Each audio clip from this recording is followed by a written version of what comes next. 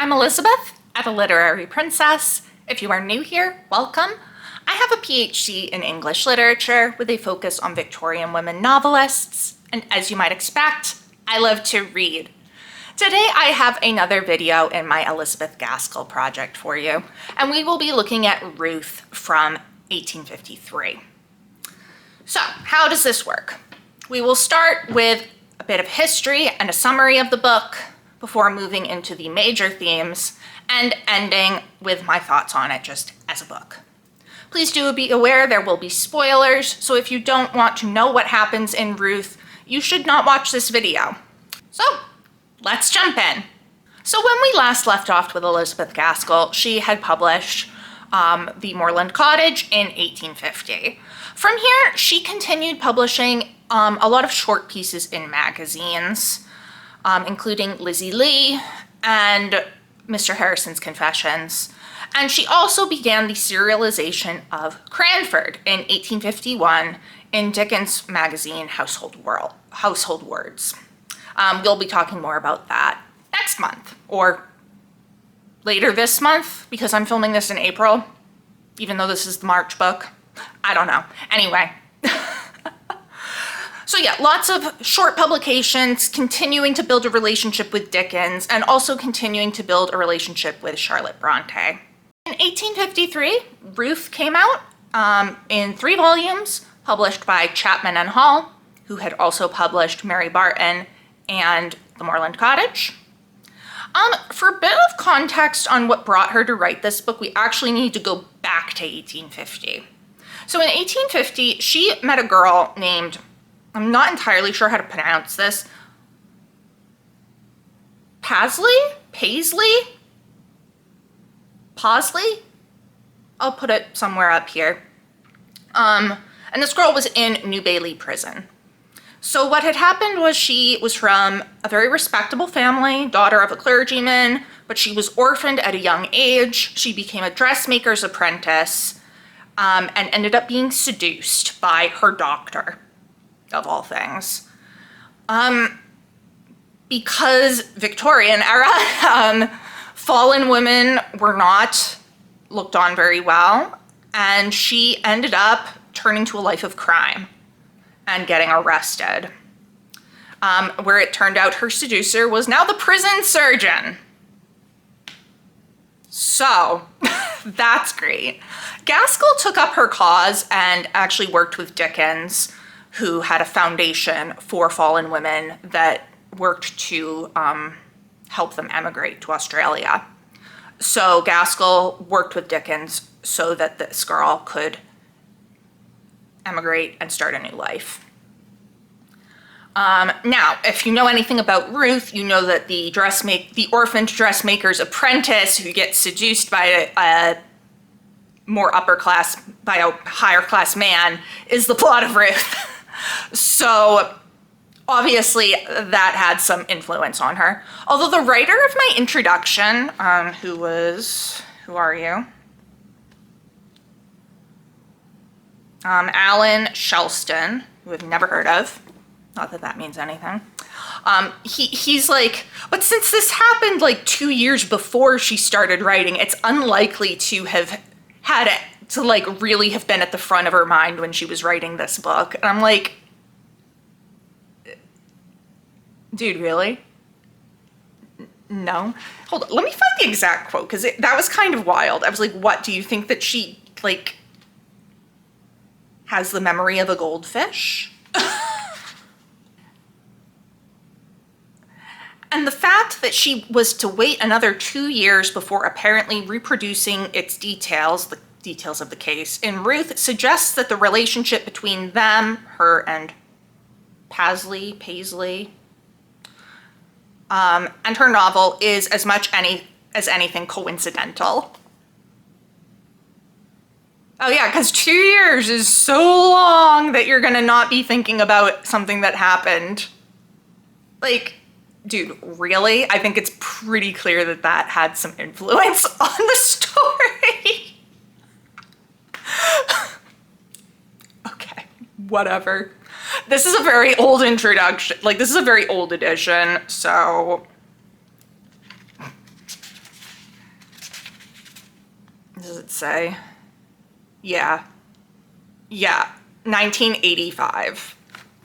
So I think that we're seeing just a bit of the stupidity that was surrounding how people were looking at Victorian women writers at that time. Because what? It happened she wrote about it 2 years later, so it has to be coincidental. What? No. Anyway, I just thought that was wild. Anyway, it can also be viewed as kind of an alternative story to what could have happened to Mary Barton. Because Mary Barton was also a dressmaker's apprentice who was in this relationship with a man of higher class who really had no intention of marrying her.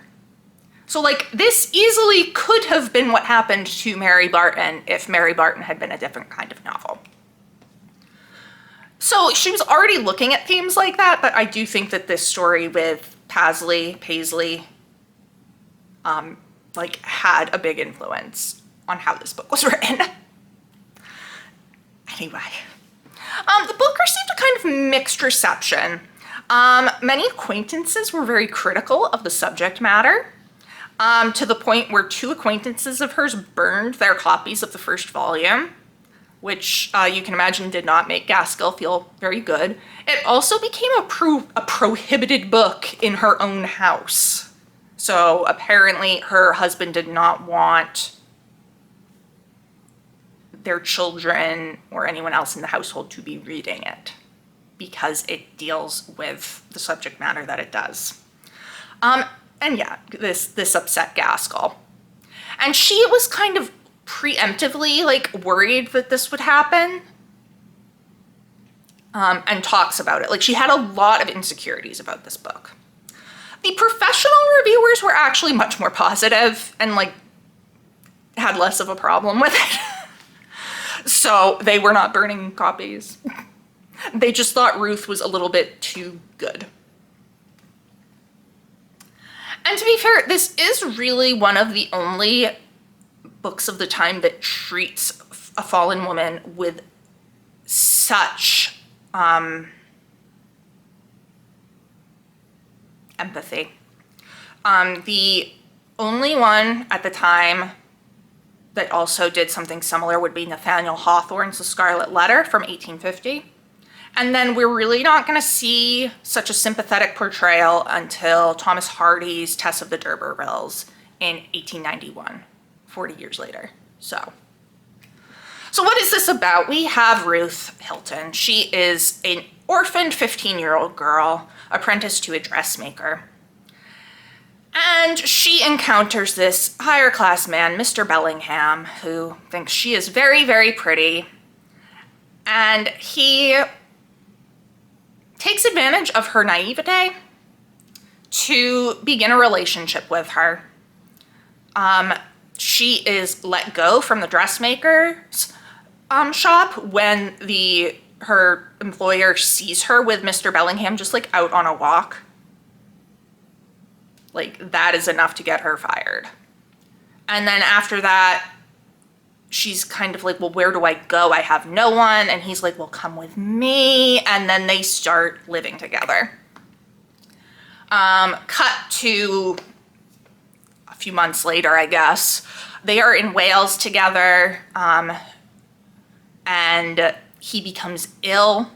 His mother is sent for, and his mother is like, oh my God, no, like, get away from my son. You have led him into this horrible situation, which is, girl, we'll talk about that. And she whisks Mr. Bellingham away, and Ruth is left abandoned and pregnant.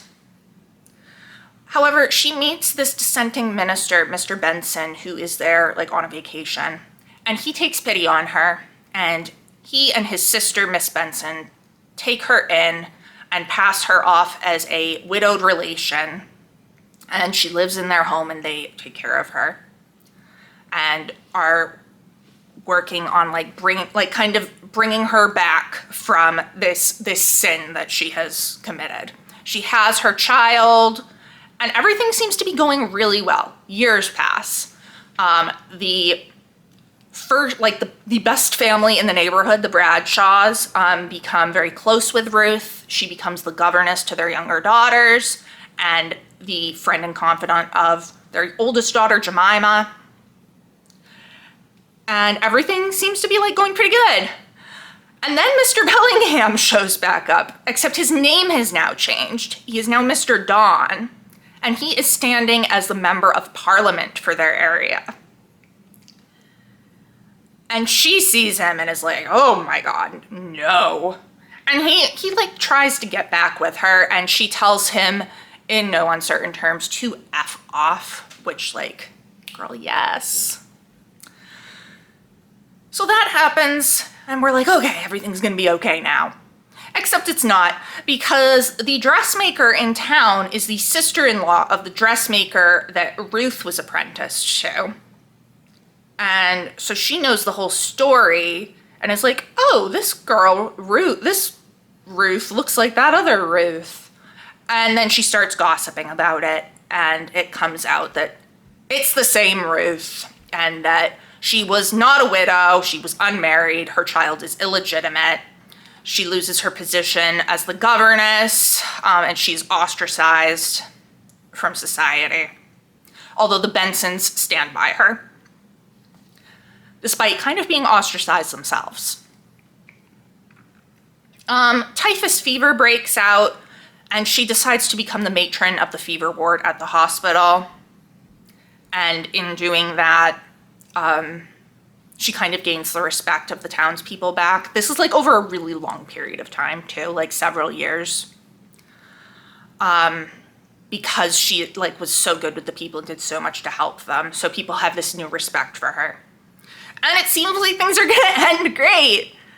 And then Mr. Don shows up with typhus. And even though like the main part of like the epidemic is over, she has gone home from the fever ward. But she hears about him and she's like, I've got to go nurse him. It's the father of my child. I have to do it. And so she does, and he gets better, and then she leaves. And then she gets sick. And she dies. Leaving behind her son, who has like a great community. He has the Bensons who love him. He has the doctor who Ruth was working with, who now wants him as an apprentice. And then the Bradshaws have come around and made up with them. So he has a good community. And Mr. Don Bellingham, whatever you want to call him, comes to the house and is like sees Ruth's body, and he tries to like say he'll provide for Leonard, the son, and Mr. Benson tells him in no uncertain terms to F off, much like Ruth did earlier. And yeah, it kind of ends with just Leonard having this community. And then we're done. That's a very basic summary. There's also some stuff like from the halfway point until right toward the end that is all about like the Bradshaws with like some subplots of them, but it's not really important to the conversation I want to have today. So let's move into the major themes. So the first major theme that I want to talk about is kind of the obvious one, the concept of the fallen woman. A woman who has had relations outside of marriage and is basically now considered tainted because of that. So Gaskell with this book is really advocating for a kinder approach to treating these women because society was pretty harsh. And Mr. Benson puts it very well, like toward the end of the book after it's discovered that Ruth was not married and all that. He says, "Now I wish God would give me power to speak out convincingly what I believe to be his truth, that not every woman who has fallen is depraved, that many, how many the great judgment day will reveal to those who have shaken off the poor, sore, penitent hearts on earth. Many, many crave and hunger after a chance for virtue, the help which no man gives them, help, the gentle, tender help which Jesus gave once to Mary Magdalene.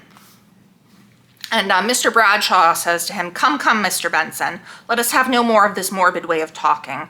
The world has decided how such women are to be treated, and you may depend upon it, there is so much practical wisdom in the world that its way of acting is right in the long run, and that no one can fly in its face with impunity unless indeed they stoop to deceit and imposition." "I take my stand with Christ against the world," said Mr. Benson solemnly, disregarding the covert allusion to himself because he has participated in this deception. "What have the world's ways ended in? Can we be much worse than we are?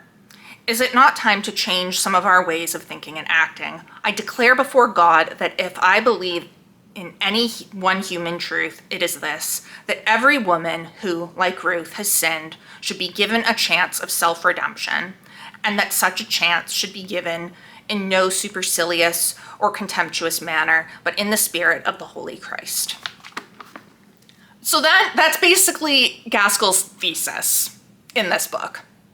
And we see this contemptuous way that people act toward Ruth. At one point, when she is still with Mr. Bellingham, they are at an inn, and there's this little boy who is out playing with his nurse. And Ruth, goes up to kind of play with him. And Harry, the boy, whose face had been reddening ever since the play began, lifted up his sturdy little right arm and hit Ruth a great blow on the face. "Oh, for shame, sir," said the nurse, snatching back his hand. "How dare you do that to the lady who was so kind to speak to Sissy?" "Oh, she has gone up to play with his baby sister, that's it." "She's not a lady," he said indignantly. "She's a bad, naughty girl. Mamma said so. She did, and she shan't kiss our baby."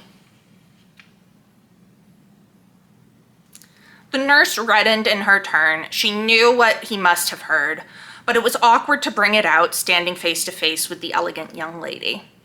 "Children pick up such notions, ma'am," said she at last apologetically to Ruth, who stood white and still with a new idea running through her mind. "It's no notion, it's true, nurse, and I heard you say it yourself. Go away, naughty woman," said the boy in infantile vehemence of passion to Ruth. To the nurse's infinite relief, Ruth turned away humbly and meekly, with bent head and slow, uncertain steps. But as she turned, she saw the mild, sad face of the deformed gentleman, this is Mr. Benson before she knows Mr. Benson, who was sitting at the open window above the shop. He looked sadder and graver than ever, and his eyes met her glance with an expression of deep sorrow. And so, condemned alike by youth and age, she stole with timid steps into the house. The tears fell quickly down Ruth's cheeks, but she did not speak. She could not put into words the sense she was just beginning to entertain of the estimation in which she was henceforth to be held. And she is met with that shame consistently throughout this entire book. And even when people don't know, she feels this shame. And we see a lot of blaming the woman. So everyone's like, oh, except for the Bensons, are like, it's Ruth's fault, even though she's this 15-year-old girl. And Mr. Bellingham is this 20-something-year-old man with more experience and in a higher position and has way more power in this dynamic. But no, she's the one getting blamed for everything. So when Mr. Bellingham's mother comes to get him, she's thinking, this was the girl then whose profligacy,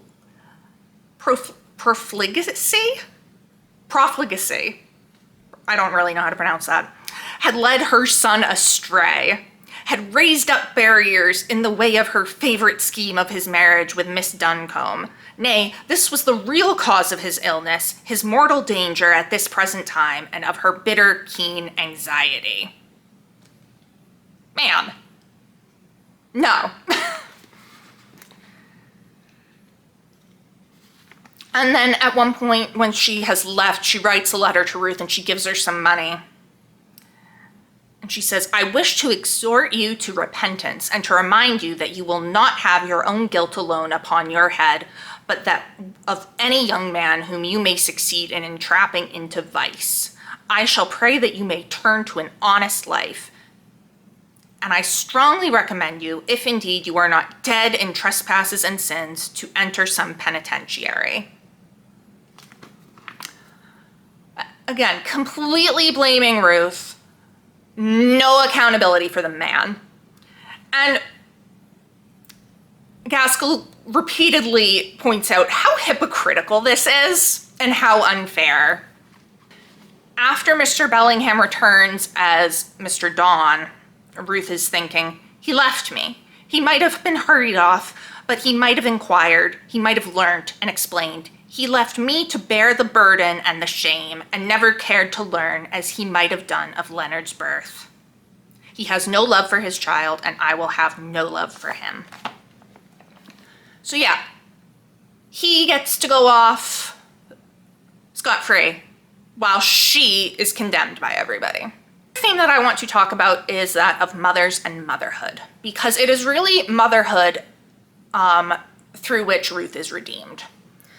And Gaskell makes it abundantly clear that a large part of why Ruth is led astray is because she does not have a mother or a mother figure.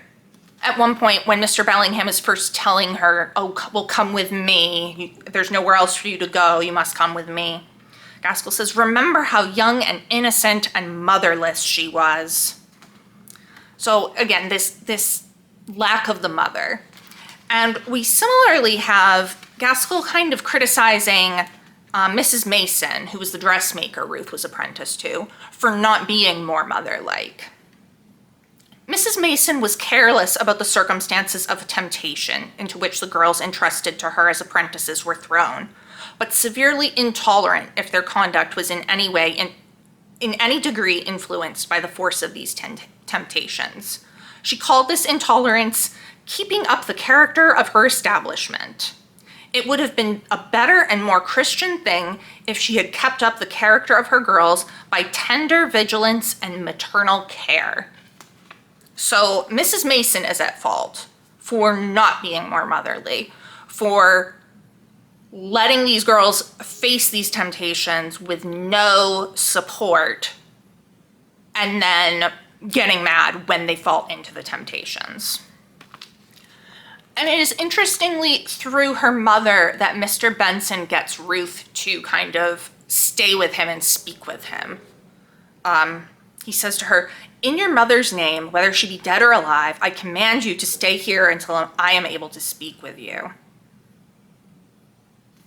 And she does. And this ends in him taking her in and all of that. So in the mother's name. When they are talking about the fact that Ruth is going to be a mother, she says, oh my God, I thank thee. Oh, I will be so good. And Miss Benson is pretty she's like, I have no patience with her with that. That is, as if she has any right to have a child. But Mr. Benson says, do you know, I rejoice in this child's advent, because he realizes that it is going to be through the child that Ruth redeems herself. He says, I can imagine that if the present occasion be taken rightly and used well, all that is good in her may be raised to a height unmeasured but by God, while all that is evil and dark may, by his blessing, fade and disappear in the pure light of her child's presence. And it does. We are told, but over the dark, misty moor, a little light shone, a beacon, and on that she fixed her eyes and struggled out of her present deep dejection, the little child that was coming to her. So after Bellingham leaves her, she is dejected. She almost dies just because she is so depressed and unable to do anything. But it is her child who becomes a light to her and gets her out of that kind of depression. And after Leonard is born, we are told it was her own, her darling, her individual baby, already, though not an hour old, separate and sole in her heart, strangely filling up its measure with love and peace and even hope. For here was a new, pure, beautiful, innocent life, which she fondly imagined in that early passion of maternal love she could guard from every touch of corrupting sin by ever watchful and most tender care. And her mother had thought the same, most probably, and thousands of others think the same, and pray to God to purify and cleanse their souls, that they may be fit guardians for their little children. Later, Ruth came to the presence of God as one who had gone astray and doubted her own worthiness to be called his child. She came as a mother who had incurred a heavy responsibility and who entreated his almighty aid to enable her to discharge it, full of passionate, yearning love, which craved for more faith in God to still her distrust and fear of the future that might still hang over her darling. When she thought of her boy, she sickened and trembled, but when she heard of God's loving kindness, far beyond all tender mother's love, she was hushed into peace and prayer. So this is obviously a very religious book too, and yes, it is motherhood that brings her to redemption, but it is like motherhood through religion and God. As I talked about in the first video of the project, Gaskell was the wife of a dissenting minister, Unitarian. Mr. Benson is a dissenting minister. It is not specified that he's Unitarian, but based on some of the references to things, you can tell that he is. So it is a very religious book, which I know might be off-putting to some people. And then I wanted to mention that Miss Benson is also compared to a mother as like having a mother's nature. We're told nature had intended her warm instincts to find vent in a mother's duties. Her heart had yearned after children and made her restless in her childless state without her well knowing why.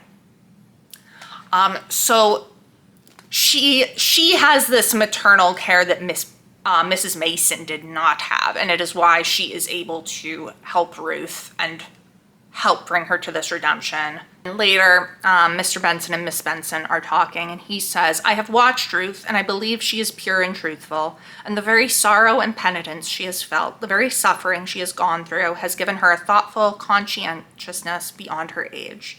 That and the care of her baby," said Miss Benson.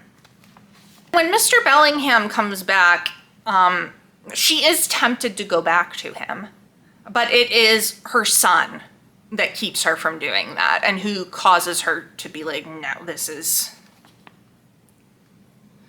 wrong. By the light of her child's purity and innocence, she saw evil clearly and yet more clearly. So those are the themes that I wanted to talk about, only two this month for this book. There's a lot going on here and way more than just those, but those are the kind of two major ones that are the biggest. So what were my thoughts on this as a book? So this was a reread for me. I had read it back in 2021, I think. And then I had given it 4 stars, but I looked back at my review on it and I felt very similarly to how I feel now, which is like, I liked it. I like Gaskell's writing. I was interested, but there's some parts that just really drag. And I would say it's largely those parts about the Bradshaws. We have this whole drama with Jemima and Mr. Farquhar, who she is in love with, but who she like pushes away because she's an idiot. And then he falls in love with Ruth, and then she's jealous and angry, and then this whole thing. There's this stuff with like stock shares that get sold by their son when they're not supposed to be. It's a whole mess. I don't know. I was just like, I don't care. It had nothing to do with Ruth. It really felt like in the final third of the book, it stopped being about Ruth and was just about the Bradshaws. And I'm like, I don't really care about them. I care about Ruth. Can we see more Ruth, please? And there was even stuff at the end that I was like, did Gaskell not go into this more? Like, we really don't see any of Ruth's time as matron of the Fever Ward. We're just told that she does it and does well, and people respect her now. But we don't see that. We don't really see much of her nursing Mr. Bellingham at the end either. And I really thought those two parts could have been fleshed out because, you know, they're about the main character. And, like, her being the matron of the Fever Ward is what gets her respect from the people again. And this moment of her nursing Mr. Bellingham is really like this, I mean, first of all, a moment of Christian charity, that she would go and help somebody that did her so wrong. But also, like, she gets sick, so it's like kind of the big final thing. And it's just kind of like glanced over so that we could have way more about the Bradshaws earlier. And I'm kind of like, why, Gaskell? Why did you do that? The other thing is, and this was criticism even at the time it was published, Ruth is so good. Like, she does not feel like a real person. She is just so perfect, and, like, except for this one fault of having gone astray with this man. But other than that, she is so perfect that it's like, how can you even, like, you can't help but feel bad for her.